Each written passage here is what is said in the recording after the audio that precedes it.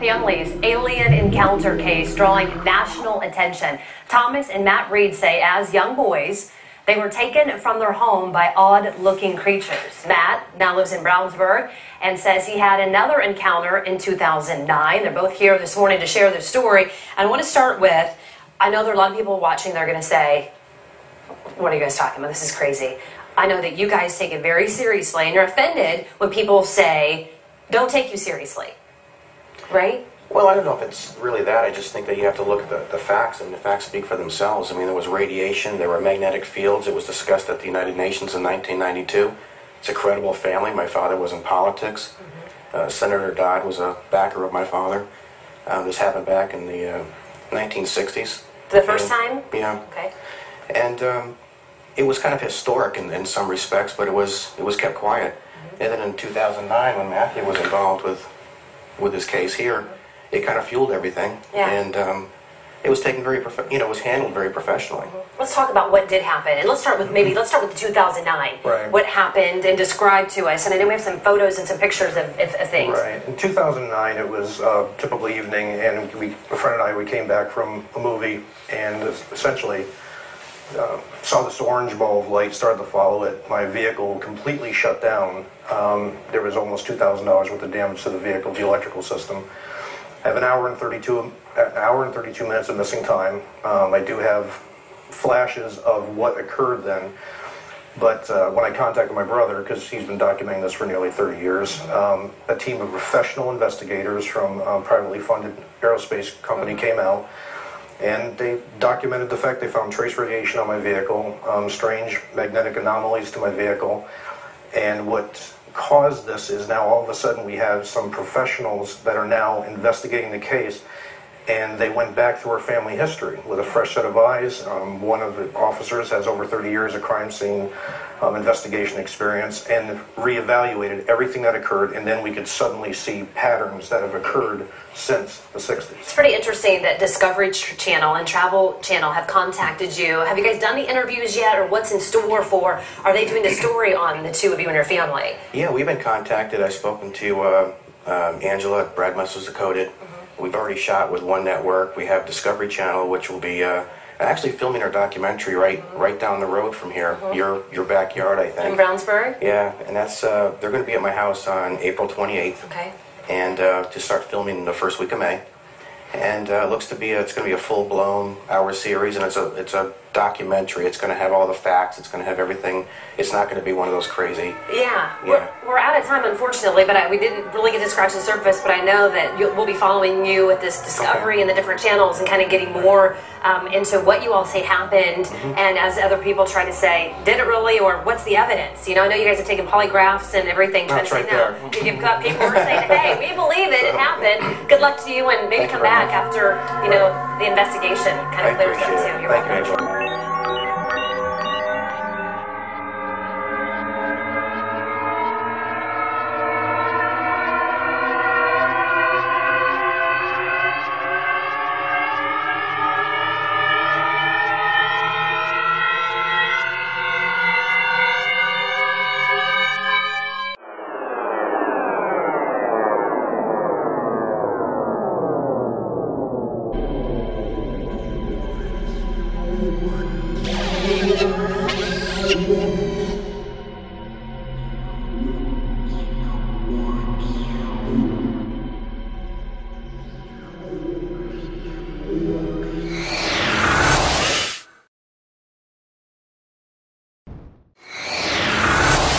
So bright that it just almost went through the wall. It was just lighting up the whole room.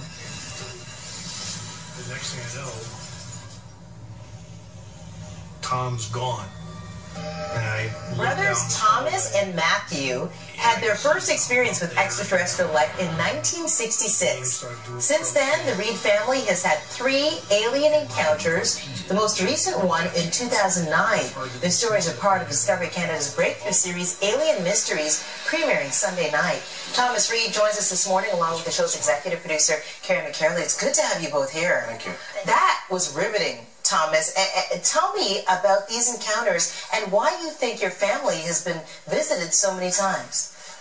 Well, for us to really answer that truthfully, I really wouldn't know, except that we had an 80-acre horse farm in Sheffield, Massachusetts, and over about a 3-year span, we had seen, and so did neighbors and others in the area, these crafts land on our property. I know how that sounds, but it happened, and it was not just witnessed by neighbors, it was witnessed by the children, and they sketched these drawings in school, our 4th grade classroom, where I also sketched one myself, but ours was a lot different because it actually happened to us. And so, with that said, it seems to be some biological tie to our family.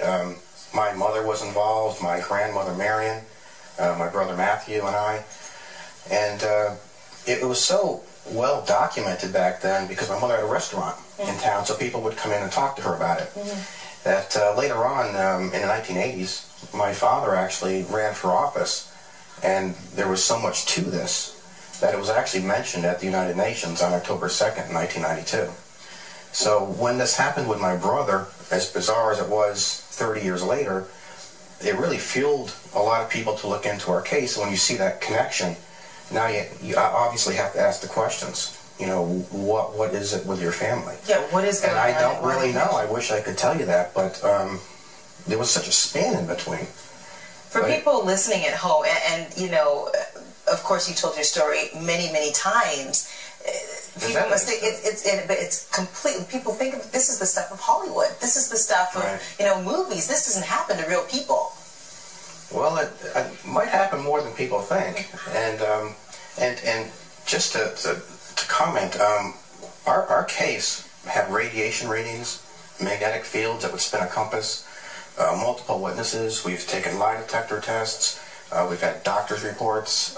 We have an attorney right now who's actually taking our information to a court to have it ruled on, to be authenticated. If that happens, this case will probably be one of the first ever to have stood up in a court of law. There's that much evidence to it. Now, it would have to be an unbiased jury, I would think, because of the topic, and I think that's where we come into some issues. Well, and Karen, I mean, this is one story of many that you have found. Tell us about the show and these interesting stories which almost seem too unbelievably, I don't know, out there to be true. Well, it's a show that spans a variety of different story types. Tom and Matthew's story is extremely personal. It spans multi-generations, multiple decades, and has, as Tom mentioned, hard scientific evidence to back up what they're talking about.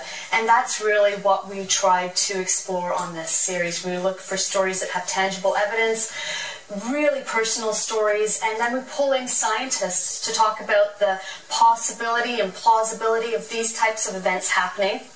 And it's a kind of show that I think will just open viewers' minds to the possibility of what might be out there. We don't try and answer the questions. We don't try and prove or disprove.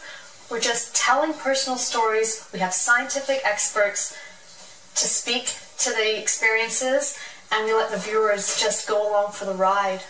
And just looking at the clip there, the technology that's used in this is so interesting to bring these stories to life. Tell me a little bit about what was used. Well, we use the magic of green screen technology. So, for example, in the clip that you're looking at right now, where Thomas is standing inside a spacecraft, that's actually a green studio. That's all green walls surrounding him. So he's doing a turnaround in a studio and looking at nothing but green walls. Hollywood uses this technology all the time, and it's used in such a fantastically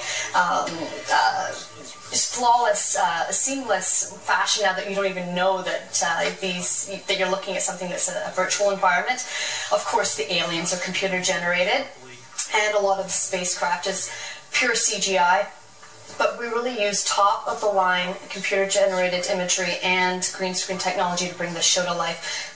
technology that you only really find in movies that we're bringing to the TV screen. It's just amazing. Thank you so much to you both for being here. Thank you. Appreciate it.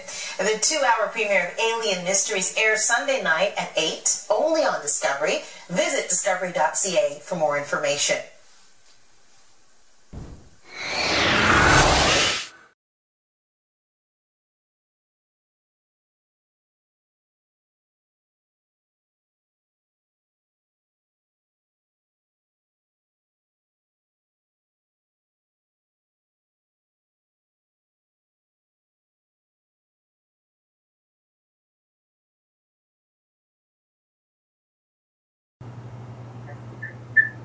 There you are, hanging up.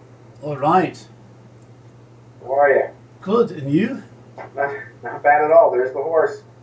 Yeah. Got to have a horse. Yeah, I miss mine. It's been a long time. Yeah. So, how much time do you think we have today? As much as we need. I've got some other appointments I pushed back as far as I could, but delighted to get a chance to talk with you, and enjoyed our exchange of emails so far. So I feel like I've gotten to know you a bit, reading up on your history and all. So you can't believe everything you read. No, you can't. The only thing I believe that I read is the Bible. So sometimes I ask people, who wrote what they believe. Sure. So. Me too. It's the same thing a lot.